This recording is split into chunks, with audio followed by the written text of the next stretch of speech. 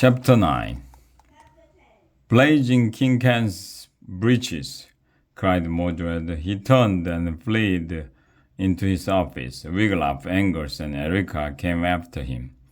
Mordred sped through a connecting door into his bedroom.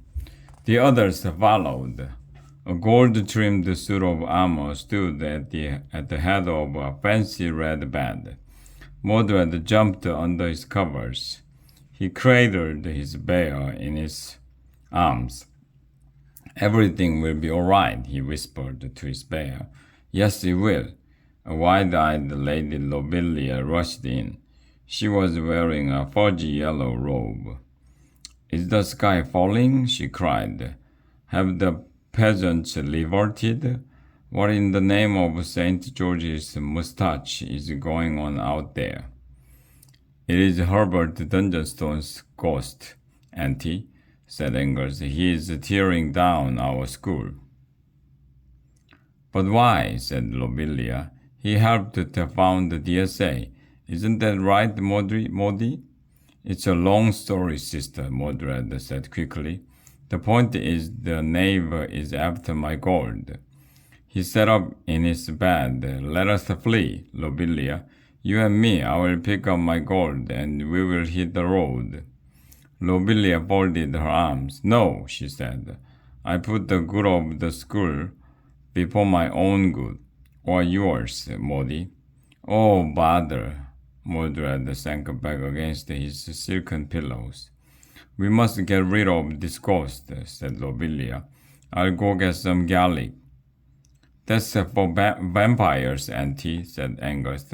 "Ah," said Lobelia. "Then we must expose the ghost to sunlight." "That's werewolves," said Wiglaf. "Shall we ring bells and clang gongs?" asked Lobelia. Erica shook her head. "Demons." A terrible crash sounded outside the room. Lobelia winced. "If the castle does collapse, I don't want to be caught in my robe." She hurried off to her chamber. "Lads," said Mordred, "you seem to know a great deal about getting rid of monsters." "I have a book on it," Angus said. "Tell me, how do we get rid of this blasted ghost?" asked Mordred. Angus shook his head. "Ghosts are nearly impossible to get rid of, Uncle," he said. "Just give Dungenstone your gold." The loudest crash yet thundered. Mordred leaped out of bed. They all hurried from the room to see what had happened. Wiglaf froze at the scene that met his eyes. The entire entryway ceiling had collapsed. Students were running through the rubble to get out of the castle. "Help! Help!" lads cried as fiery torches zoomed after them, seemingly on their own. Ghostly laughter filled the air. Baldric and others were lugging their trunks down the staircase, making an escape. Up on the landing, the big Marley brothers had armed themselves with lances.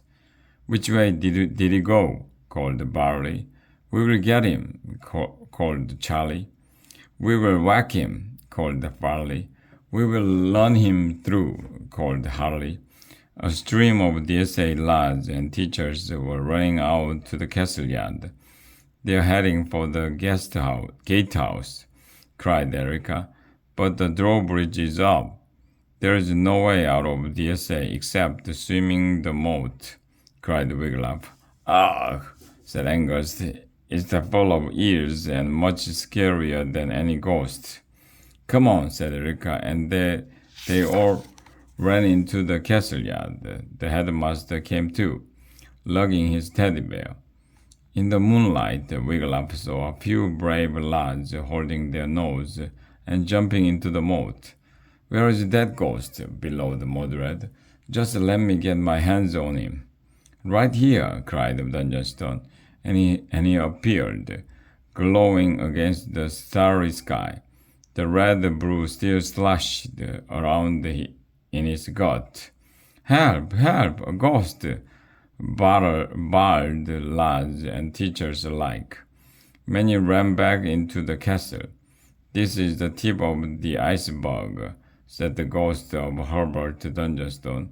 I will bring the whole place down unless I get me gold. Never, cried Mordred, never. Dungerstone flitted over to the scrubbing block and scooped up a dirty pot. He hurled it against the castle wall. Bam! Amid the shrieks and pandemonium, a large, fully armored figure strode silently out of the DSA castle. He wore a helmet with the visor down, hiding his face. Who is that? Asked Wiglaf. Coach Plunkett, said Angus. No, he's by the gatehouse, said Wiglaf. The figure carried a lance. I know, said Eric. I bet it's Harley Marley. The armored knight made his way down the steps, shaking his lance at the ghost. Oh, you want a fight, do you? Cried Dungerstone. You'll be sorry. The ghost gave a shrill whistle and called, Come, Daggertooth. A wind rose, and out of the sky came a great winged dragon's ghost.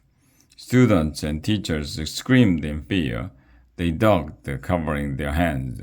The dragon ghost flew down and landed beside the Dungerstone, who hopped onto its back. The creature let out a terrible roar. Ghostly plumes of smoke poured from its nostrils. The armor-clad knight advanced on the mounted Dungerstone, waving the lance. That's the way, Harley, cried Erica. Get him, Harley, cried Angus. Wiglaf was speechless. He had never seen anyone so brave as Harley Marley. Daggertooth spread his wings and took off.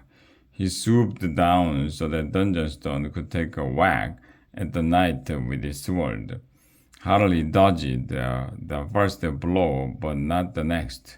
The sword crashed down on the knight's helmet. He sank to the ground.